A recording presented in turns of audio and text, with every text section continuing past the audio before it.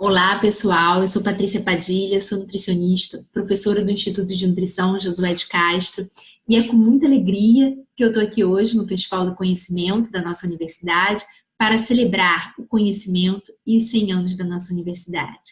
Nesses 100 anos, eu com muito orgulho digo que estou nela e que há 24 anos ela é a minha casa. Então, nada mais justo do que celebrar com muita alegria com um mini curso que eu preparei com muito carinho para esse momento especial e dizer que é muito, muito, muito gratificante para mim ter tido a minha formação nessa universidade, fazer parte do seu corpo funcional hoje e ter a alegria de participar da formação de recursos humanos e que vão ajudar a transformar a sociedade. Então, com muita alegria, eu preparei um mini curso intitulado Nutrição Infantil, um importante compromisso.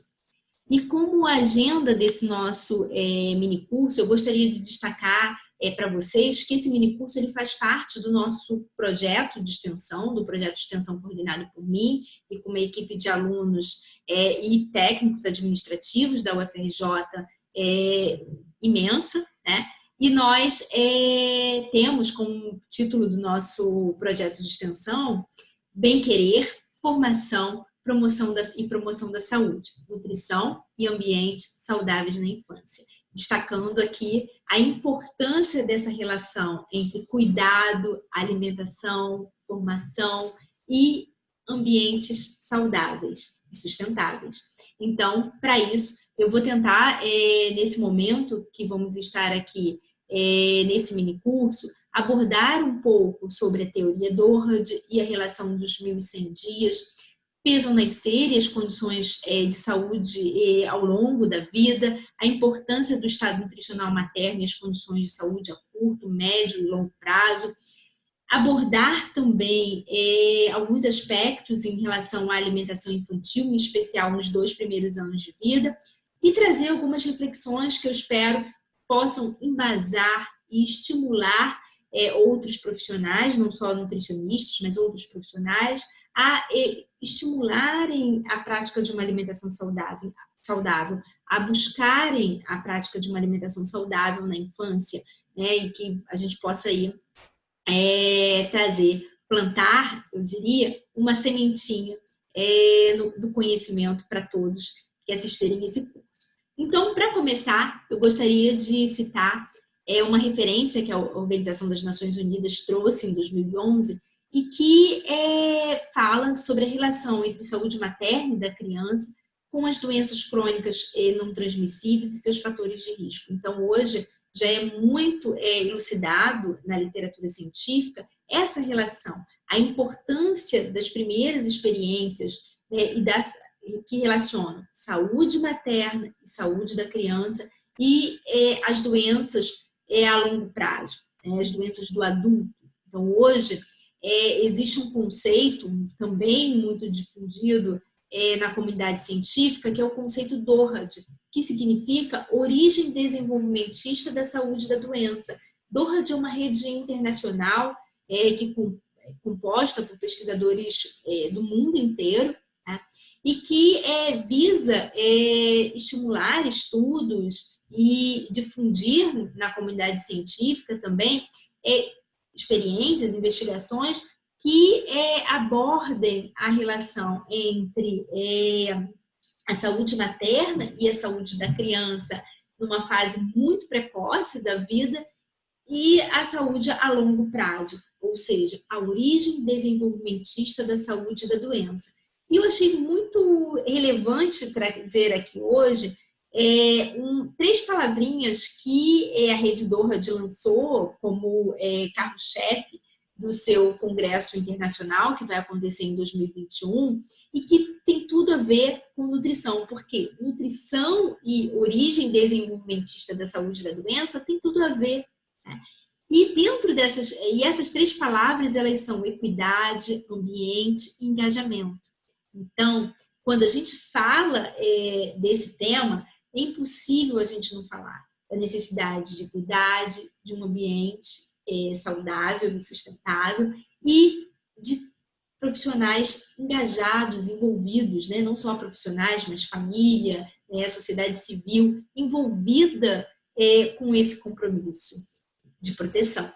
Então, para isso, também nessa rede da origem desenvolvimentista da saúde e da doença, a gente tem aí um conceito também muito difundido já entre profissionais de saúde e na comunidade científica, há o conceito de 1000 dias de vida, que seriam referentes aos 270 dias da gestação, o primeiro ano de vida da criança e o segundo ano de vida da criança, como momentos oportunos em relação à nutrição, para que a gente possa trazer aí a prevenção de agravos de saúde a curto, médio e longo prazo. E dentro do estudo dos 1000 dias de vida, mais recentemente, temos defendido que não são só 1000 dias de vida que vão fazer a diferença na saúde do adulto, por exemplo, são 1100 dias, ou seja, cada vez mais não valorizando somente o momento da gestação, mas valorizando, em especial, o momento que a mulher se planeja, que o casal se planeja para a gravidez. Então, valorizando aí os 3 meses anteriores à concepção. Por isso, 1100 dias é um conceito que a gente vem tentando implantar, difundir, né, e divulgar, e não mais só 1000 dias de vida.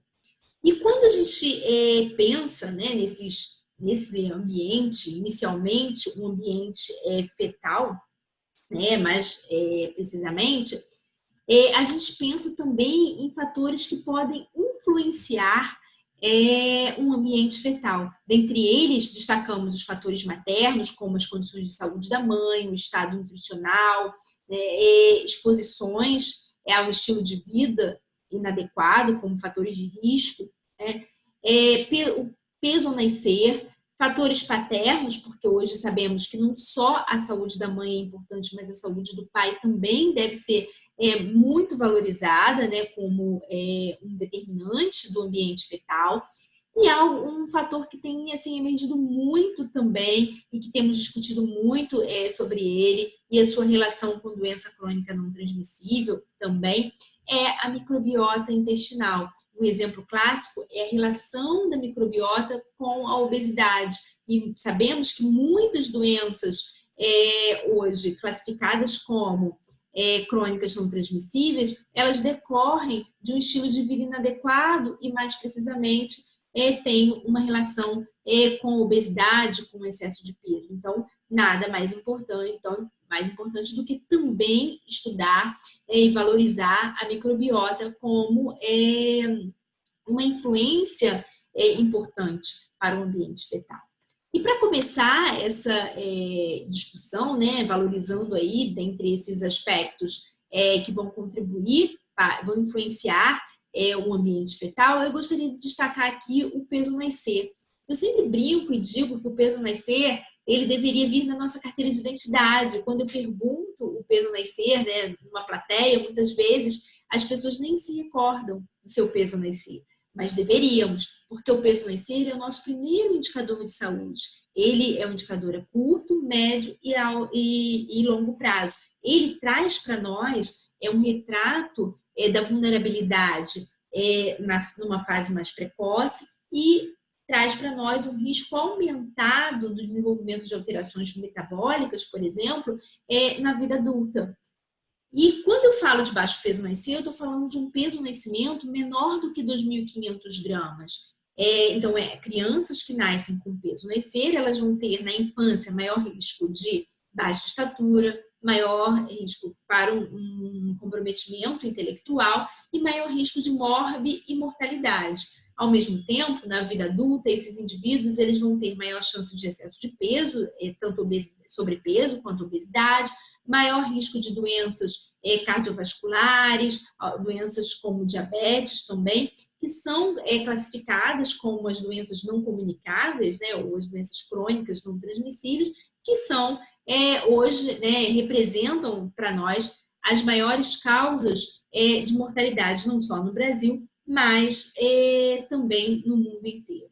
Então, como profissionais de saúde, o nosso objetivo ele deve ser reduzir cada vez mais as taxas de baixo peso no nascimento, e esse documento aqui apresentado da organização da Unicef, né, ele aborda muito bem isso, ressalta a importância de investimento em saúde materna, investimento em saúde pré-natal, investimento em uma qualidade de vida da população, com o objetivo de reduzir até 2025 cerca de 30% das taxas de baixo peso nascido.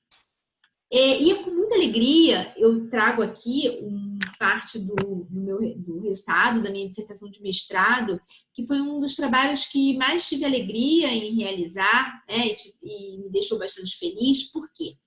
Aqui nós estudamos quais seriam os fatores que influenciariam o peso ao nascimento, quais as características maternas, do pré-natal, né, da assistência, e outras características que influenciariam o peso ao nascimento.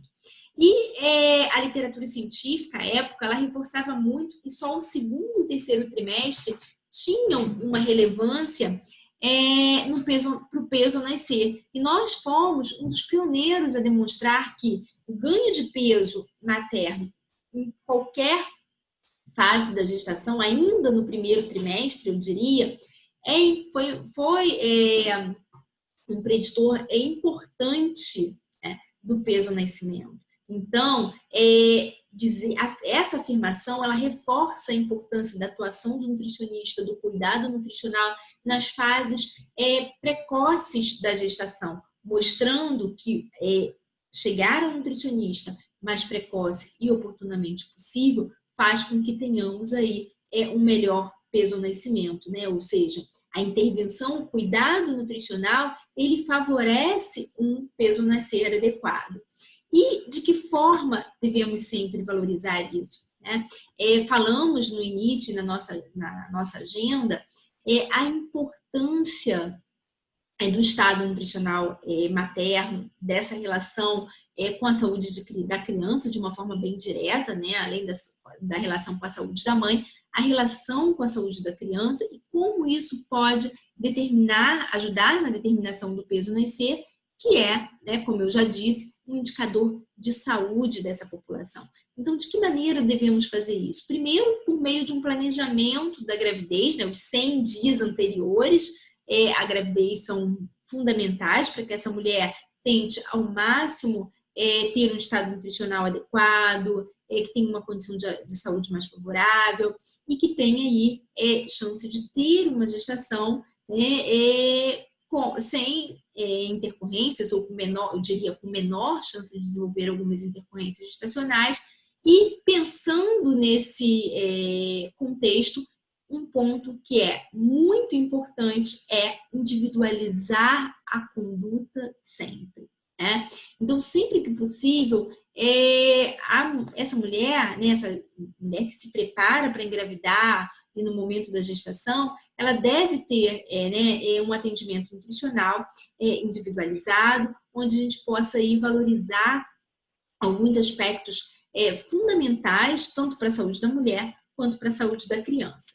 E quando a gente fala de estado nutricional, não só a mulher com baixo peso tem um risco maior de intercorrências na gravidez, mas uma mulher com excesso de peso, eu diria sobrepeso e obesidade, à medida que a gente aumenta também o IMC, o índice de massa corpórea, tanto nível sobrepeso ou obesidade, a gente aumenta o risco de algumas intercorrências também na gestação.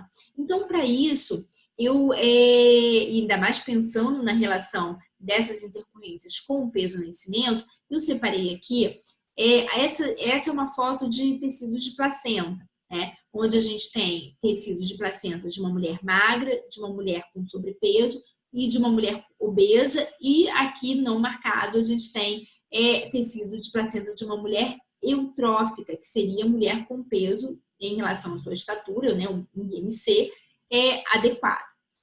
E a gente pode perceber que as mulheres com sobrepeso e obesidade, elas têm, né, uma oxidação desse tecido maior, ou seja, maior formação de espécies reativas de oxigênio, e o que, com isso, a gente pode dizer, né, e foi o que esse estudo concluiu, que essas mulheres, elas podem ter também mais dificuldade nas trocas de nutrientes com o feto. Né? Então, mais uma vez, reforçando a importância da adequação do estado nutricional. Então, tanto o baixo peso quanto o excesso de peso, eles podem trazer aí uma dificuldade de troca de nutrientes entre mãe e feto. E, por outro lado, falamos inicialmente do baixo peso, nascer como um fator de risco. Hoje também, e ainda mais pensando diante dos casos de excesso de peso que temos na nossa população, né? Hoje, grande parte da nossa população em idade fértil, ela tem excesso de peso, né? Sobrepeso ou obesidade. E para isso, para mostrar esse impacto e a importância do cuidado na gestação para essas mulheres também, e que essas mulheres elas têm muitas vezes não só um risco maior de terem seus bebês baixo peso, mas também tem sido apontado que mulheres com ganho de peso excessivo ou com um estado nutricional pré-gestacional de sobrepeso ou obesidade têm maior chance de terem bebês grandes para a idade gestacional ou macrossômicos, com peso nascer maior, né, a partir de 4 quilos. Então, esse foi um grande estudo, ensaio clínico, né, randomizado, intitulado LIMIT.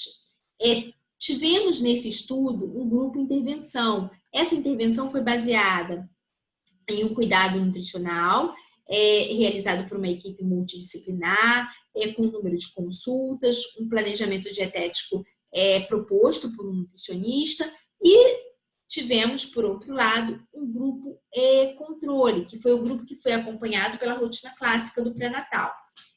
E o que foi evidenciado nesse ensaio clínico? Que aquelas mulheres, né, todas elas tinham excesso de peso, né, ou obesidade. Todas as mulheres as mulheres que passaram pelo grupo intervenção, ou seja, que tiveram esse acompanhamento mais direcionado, elas tiveram uma proteção para terem o desfecho macrossomia, ou seja, as mulheres que passaram por esse cuidado, elas tiveram menos bebês com pesos a partir de 4.000 gramas, o que é extremamente benéfico de pensar que o cuidado nutricional, mesmo a mulher tendo uma alteração prévia do estado nutricional, ele se demonstrou muito eficaz na prevenção da macrossomia, ou seja, valorizando aí a importância do cuidado nutricional. Saindo um pouquinho do contexto da gestação, da importância desse momento, a gente tem que começar a pensar nas primeiras experiências nutricionais e como isso vai refletir na saúde da criança. Hoje, a gente já tem também muito respaldado que não só a saúde e o ambiente fetal são importantes, mas a sequência desse acompanhamento e a sequência das primeiras experiências nutricionais dessa criança vão fazer toda a diferença lá no seu trajeto de saúde. E hoje também já relacionamos as primeiras experiências nutricionais com as doenças crônicas não transmissíveis. Por isso, a valorização também do aleitamento materno, os fatores, principalmente diante da presença de fatores bioativos do leite materno, do teor proteico e da composição lipídica adequadas, e todas essas evidências são baseadas, né, em aspectos científicos e na plausibilidade biológica, mostrando para a gente, por exemplo, uma relação muito atual, que é a hipótese para obesidade na infância. Então, hoje, a adiposidade, na infância, quando relacionamos a hipernutrição fetal, a hipernutrição pós-natal ou a subnutrição fetal e posteriormente uma overnutrição, né, uma supernutrição pós-natal, a gente está aí contribuindo para o aumento da adiposidade, a gente pode estar contribuindo para o aumento das taxas de obesidade, para as doenças, aumento das doenças cardiovasculares, doenças crônicas não transmissíveis, como diabetes tipo 2 no futuro também. Né? Então, todo esse ambiente intrauterino e pós-natal imediato vão ter um papel fundamental na trajetória da adiposidade na infância. E isso, com certeza, pode refletir na vida adulta também. Porque uma criança, um adolescente que é obeso, ele tem maior chance de se tornar um adulto obeso. E um outro aspecto, né, que hoje a gente também tem valorizado bastante, que é a hipótese da hiperestimulação proteica, ou seja, estou falando de consumo excessivo, não de consumo normal. Né? O consumo excessivo de proteínas, ele pode estimular a secreção de insulina e IGF-1, de uma forma a estimular um ganho de peso, né, e aumento da adipogenicidade, ao mesmo tempo, mais tardiamente, ao aumento da obesidade e dessas doenças crônicas não transmissíveis que estamos tanto ressaltando aqui. Então, é por esse motivo que devemos cuidar, né, em especial da nutrição durante um ambiente fetal e de uma forma mais precoce, e também nesse momento, nessa fase precoce, das primeiras experiências nutricionais. Então, por isso, devemos valorizar, sim, o aleitamento materno como a nossa primeira estratégia de prevenção da obesidade. Porque o aleitamento materno, ele, como já falamos anteriormente, ele tem um teor proteico, uma composição lipídica mais adequados. E isso vai fazer a diferença, com certeza, quando a gente tem aí essa relação da hiperestimulação proteica relacionada ao aumento das doenças crônicas não transmissíveis. Então, por isso, o aleitamento materno deve ser valorizado como um aspecto extremamente positivo dentre as primeiras experiências nutricionais da criança. E por que falamos tanto dessa relação, né, de adiposidade? Eu falei um pouco da relação que a gente tem quando na fase precoce da vida da criança, o risco de aumento da adiposidade na infância e o risco que uma criança obesa tem de se tornar um adulto obeso. E isso é muito importante da gente refletir, porque quando a gente pensa, né, que nessa figura são indivíduos, né, do sexo masculino e feminino, com adultos, na verdade, e quando a gente tem um adulto obeso, a gente tem menos tempo livre de doença, ou seja, a gente tem mais precocemente um adulto doente.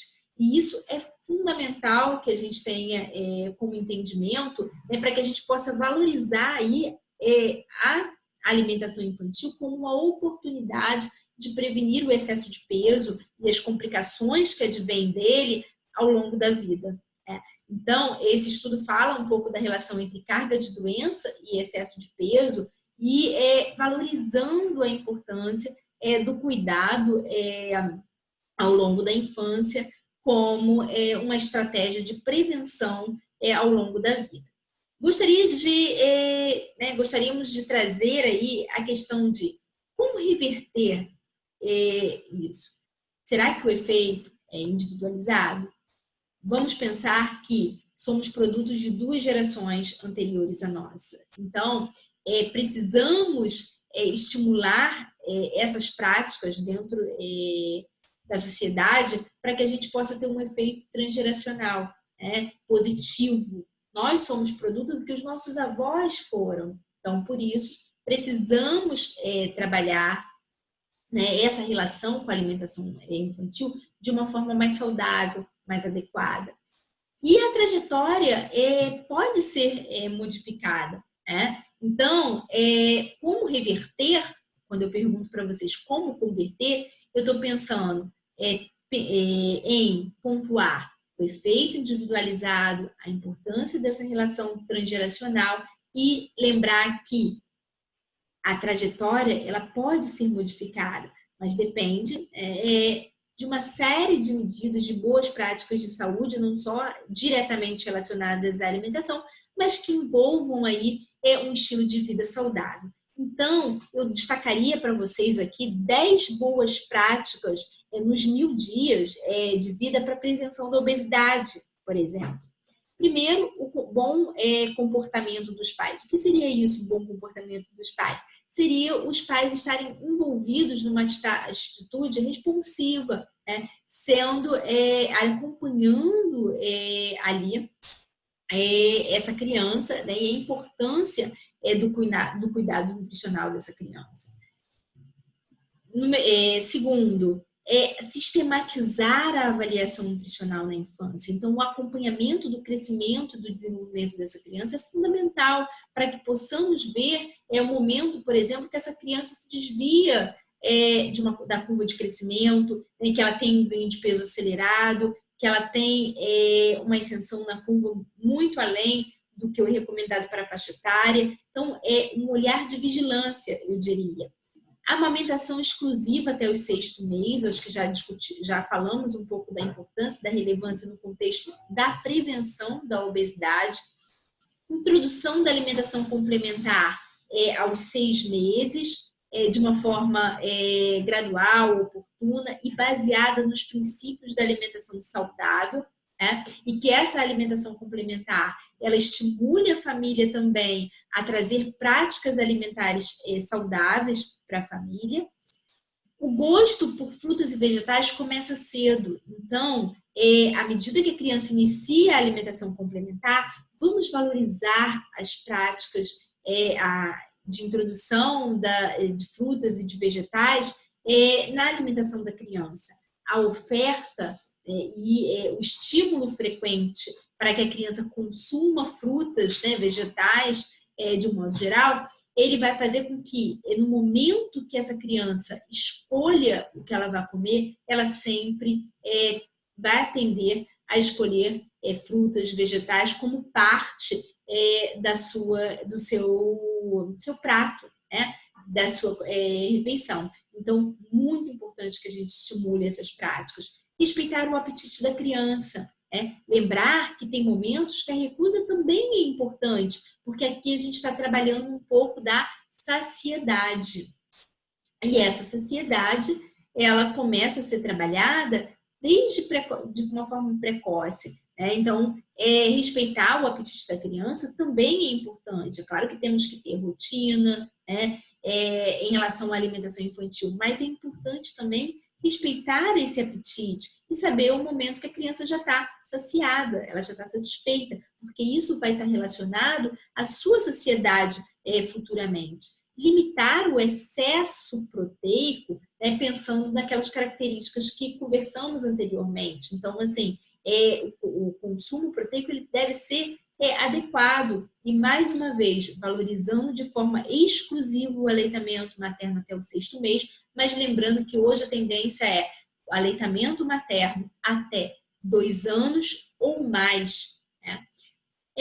Promover a ingestão de gordura de qualidade, então, pensar na oferta, né, de um padrão de oferta de lipídios, de gordura mais saudável e, principalmente, levar em consideração que os pais são inspiração para os filhos. Então, não adianta querer que o filho coma legumes, frutas e verduras se os pais não comem e se aquilo não faz parte da alimentação da família. Quem trabalha com pediatria deve entender que nós não cuidamos só da criança, nós cuidamos da família. Então, trabalhar esse estímulo para que a família esteja envolvida no processo de alimentação, porque a alimentação ele é um processo construído, aprendido. É muito importante para o sucesso de uma alimentação saudável a longo prazo. E a promoção das práticas de estilo de vida saudáveis, dentre elas eu destacaria a atividade física, então estimular a criança a ser mais ativo, diminuir a oferta de eletrônicos, de tempo de tela para essas crianças, estimular uma qualidade de sono a essas crianças, que cada vez mais a privação do sono tem sido relacionada a excesso de peso, a longo prazo. Então, para que a gente tenha aí medidas e boas práticas em saúde para a prevenção da obesidade na infância, que vão refletir, sem dúvida nenhuma, a longo prazo, que a gente pense, né, nesse conjunto de medidas como estratégias viáveis para a prevenção da obesidade a curto, médio e longo prazo. Aqui eu trago uma linha do tempo em relação à alimentação nos primeiros 2 anos de vida. Primeiro, o aleitamento materno exclusivo, como já falei, ao longo dos 6 primeiros meses, lembrando que a partir do início da alimentação complementar até o primeiro ano de vida, a criança vai já se adaptando à alimentação da família, mas assim como ao longo dos 2 anos, mas lembrando que o aleitamento materno ele não deve ser descartado, ele deve ser também estimulado, né? Então, como eu falei, não só nos 6 meses de forma exclusiva, mas ao longo dos 2 primeiros anos de vida ou mais. E pensar que cada fase dessa, né, relacionada à alimentação, ela é acompanhada também de alguns marcos do desenvolvimento infantil. Lembrando que a alimentação é um comportamento aprendido, construído, e que a criança vai aprimorando isso em relação à alimentação com a família e de forma com que ela é apresentada aos alimentos, de forma com que a frequência desses alimentos é ofertado a ela. Então, com isso, sempre tentando basear um plano alimentar saudável e adequado para essa criança. E quando falamos de alimentação infantil, seria impossível não falar sobre o comportamento alimentar. É claro que hoje as definições de comportamento alimentar elas são muito amplas. Elas envolvem fatores fisiológicos, psicológicos, fatores genéticos e condições ambientais que envolvem a relação da criança, da família. E essas fases, cada uma das fases da infância é acompanhada de mudanças. Por exemplo, a fase de lactente, né, os 6 primeiros, primeiro ano de vida, eu diria, né, 6 primeiros meses, de uma forma aleitamento materno exclusivo. E o primeiro ano, né, e tem algumas literaturas que consideram até o segundo ano lactente, né, ou seja, os 2 primeiros anos, é o início de tudo. São as primeiras experiências que vão basear essa criança para práticas alimentares saudáveis ao longo da sua vida. Pré-escolar é onde a criança começa a estabelecer suas preferências. Não é claro, cada indivíduo ele tem algumas preferências, algumas predileções, o que isso é natural, mas devemos ofertar como base da alimentação, a alimentação num padrão saudável para a criança descobrir e aproveitar essas preferências dentro de um contexto saudável de alimentação.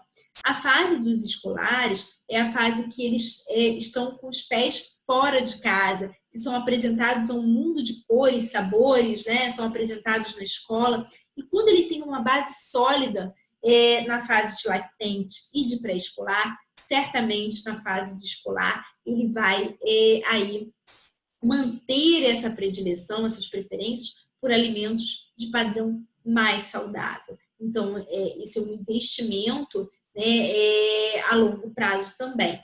E lembrar que a família tem um papel fundamental nisso tudo, porque é onde os hábitos são formados, onde surgem relações de afeto ligadas ao alimento, né, à alimentação, que a gente deve, sem dúvida nenhuma, valorizar e tentar construir um ambiente cada vez mais saudável, não só na composição dos alimentos saudáveis, mas nas relações construídas por meio da alimentação de uma forma saudável.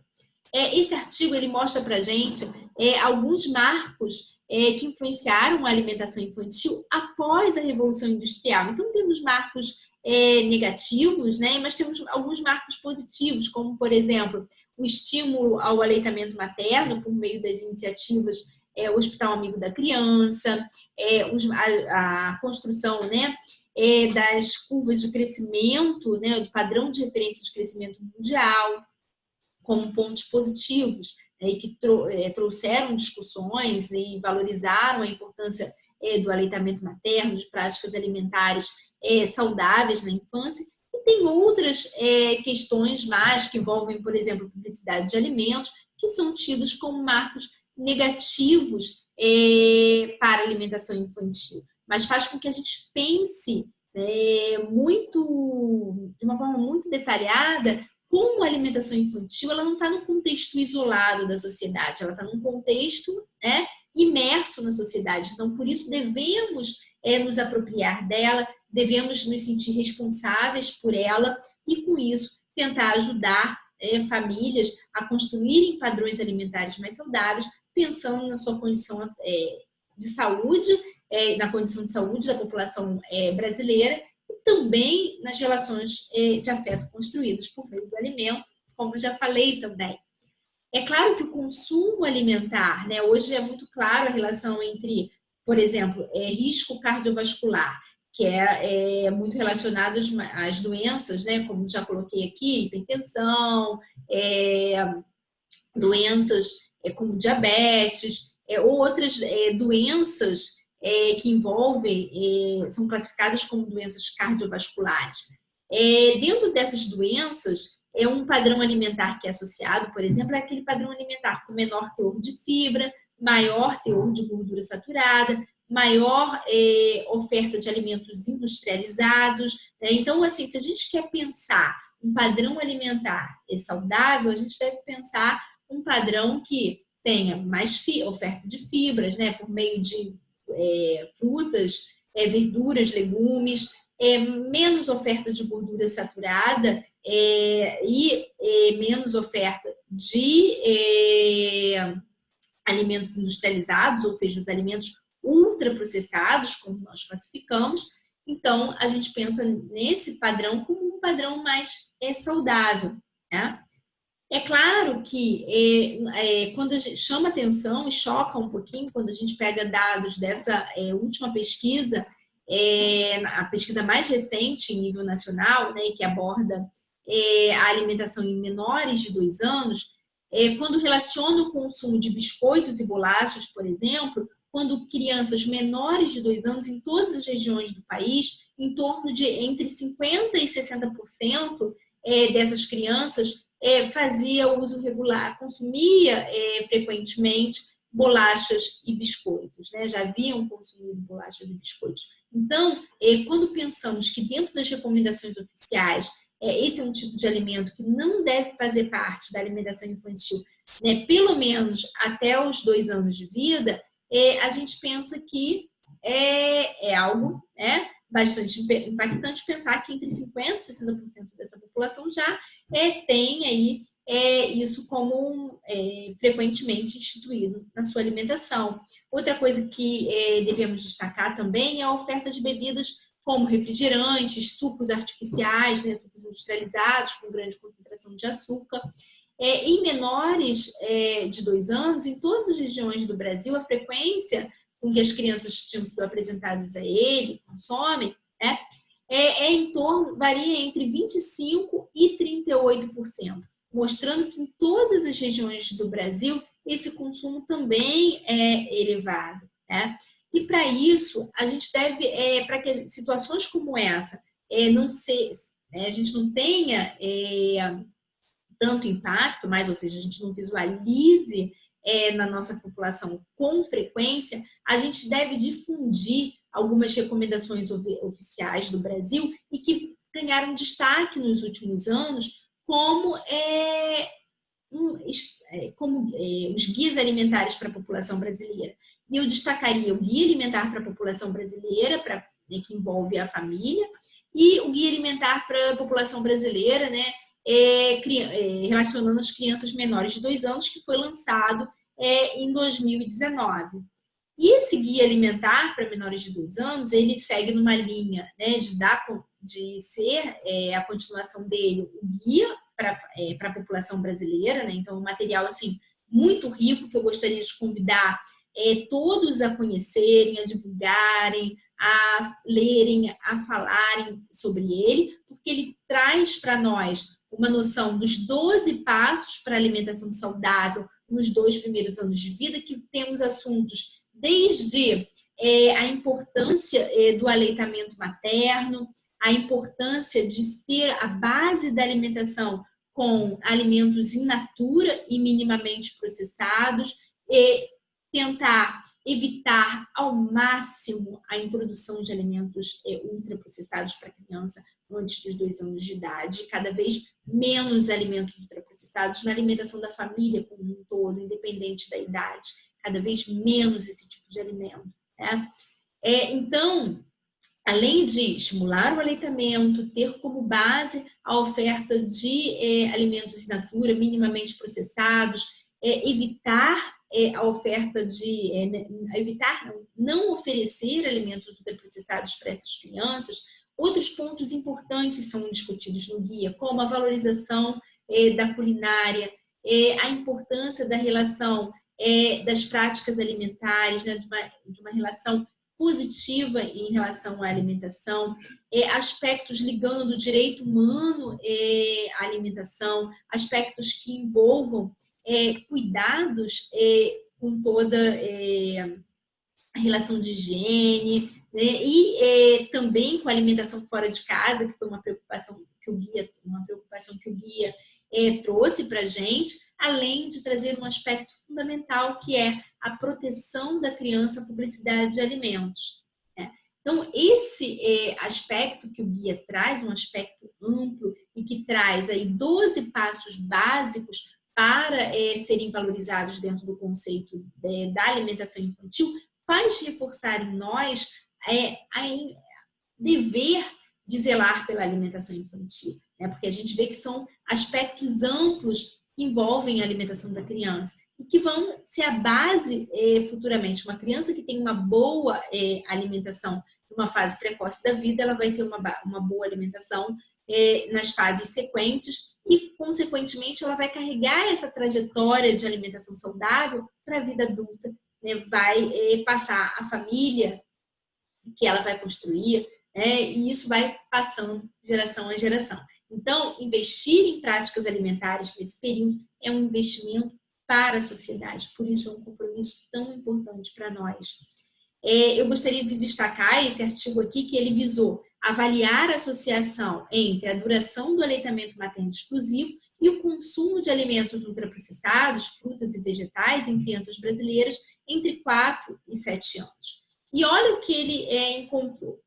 Não diferente de outros estudos brasileiros e no mundo, uma elevada taxa, né, uma elevada frequência de consumo de alimentos processados e ultraprocessados, gerando aí, quando somamos os processados com os ultraprocessados, em torno de 43%, né, em relação ao valor energético diário dessas crianças, então um percentual elevadíssimo de consumo. E uma coisa que chama muita atenção e faz com que a gente cada vez mais defenda o aleitamento materno como o alimento de ouro, como o alimento perfeito realmente. Esse estudo, ele mostrou que crianças que foram amamentadas por mais tempo, elas tiveram maior chance elas pertenceram aos maiores tercis de consumo de frutas e vegetais, ou seja, elas consumiam mais frutas e vegetais. E aquelas crianças que foram amamentadas menos tempo, elas o quê? Elas consumiam mais alimentos ultraprocessados, né? Então, mostrando aí que essas primeiras experiências nutricionais, no caso o aleitamento materno, ele tem um efeito protetor para bons hábitos alimentares, um efeito protetor que vai ajudar a desencadear bons hábitos alimentares em uma idade posterior, né? Fazendo com que a gente valorize esses aspectos da alimentação infantil.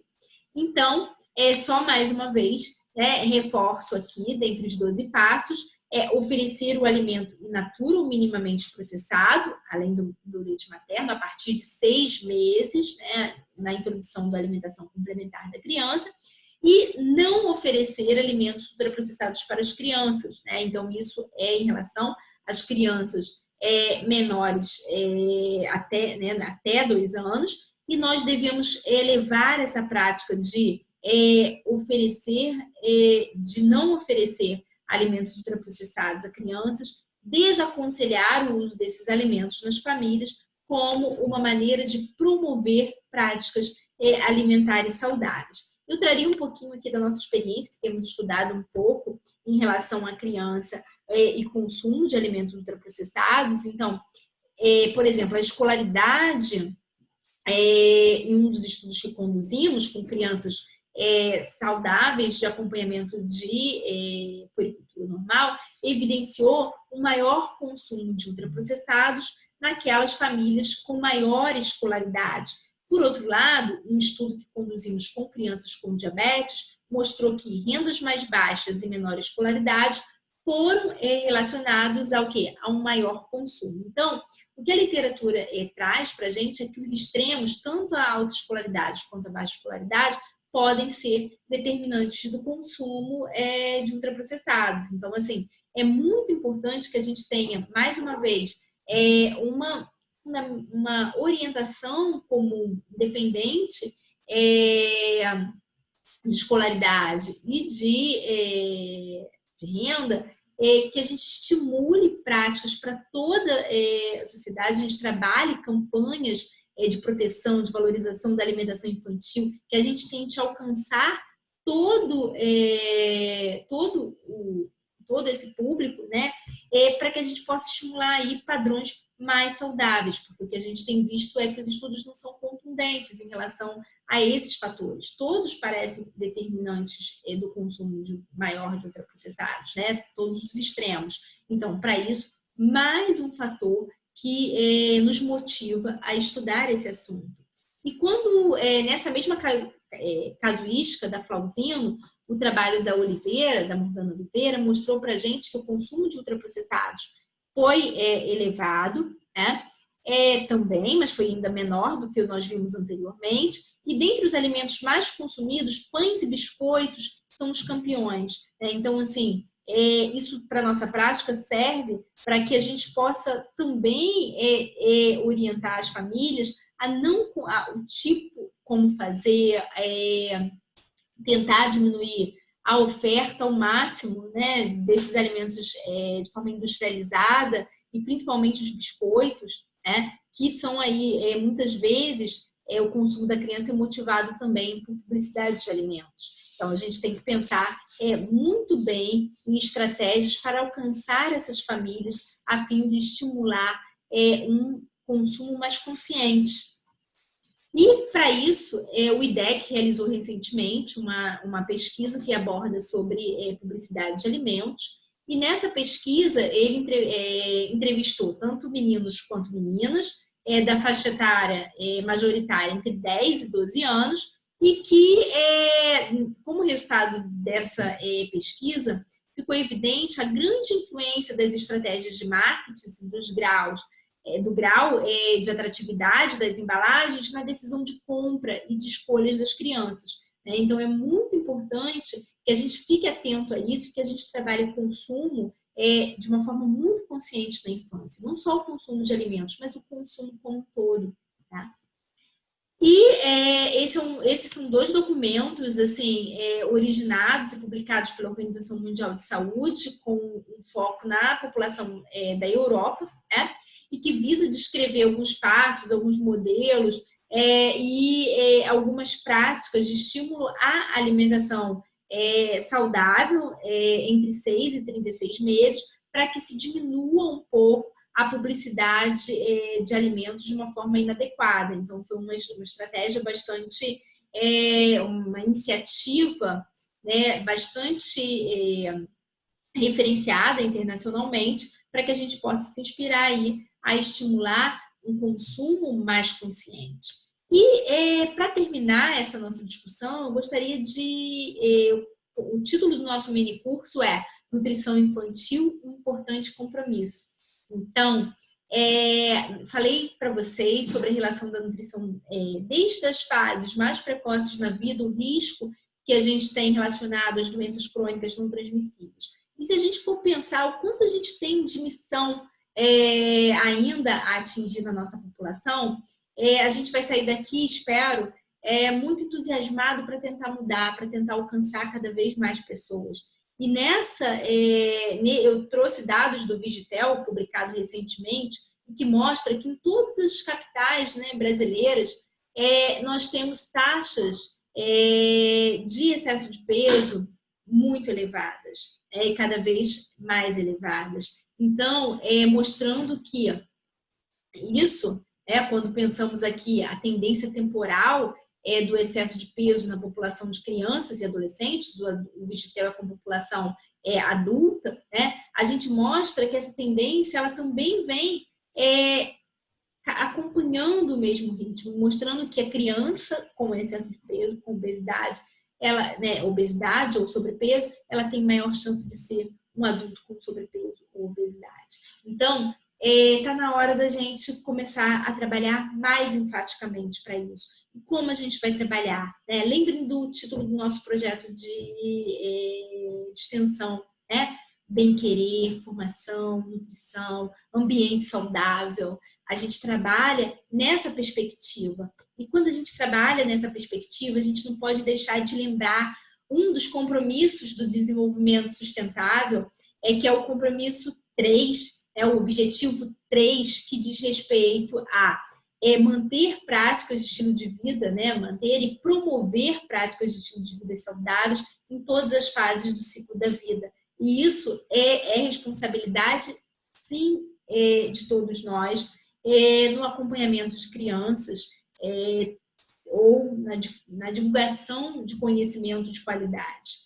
Para isso, eu trago aqui ao final a linha do tempo da minha filha, né, no momento da amamentação, no momento da alimentação complementar, no momento que ela se torna uma pré-escolar, né? Hoje ela já é quase uma escolar, já vai completar quase 7 anos, e aqui ela com seu melhor amigo fazendo, buscando, né, conhecer os alimentos, se envolver com o alimento. E isso é a construção da autonomia. Então, envolver a criança nas práticas alimentares saudáveis, envolver a família, fazer com que a família construa com a criança essa autonomia e essa capacidade de escolher corretamente os alimentos, é o que vai garantir o futuro. Então, como mensagens finais desse mini curso, eu gostaria com muito carinho que vocês saíssem daqui pensando o efeito a longo prazo e o papel do ambiente, né? O efeito da alimentação infantil a longo prazo e o efeito do ambiente que essa criança vive. Hábitos alimentares se desenvolvem durante a infância e contribuem para o consumo de alimentos ao longo da vida. Como pensar a participação efetiva dos nutricionistas na área de pediatria. Pensar também nas práticas que promovem padrões alimentares saudáveis. Quais são essas práticas? O que a gente pode fazer para melhorar? Lembre-se das 10 boas práticas, inicialmente, né? E intervenções oportunas baseadas não só nos aspectos nutricionais, mas baseadas no estilo de vida saudável, adequado e também em práticas sustentáveis.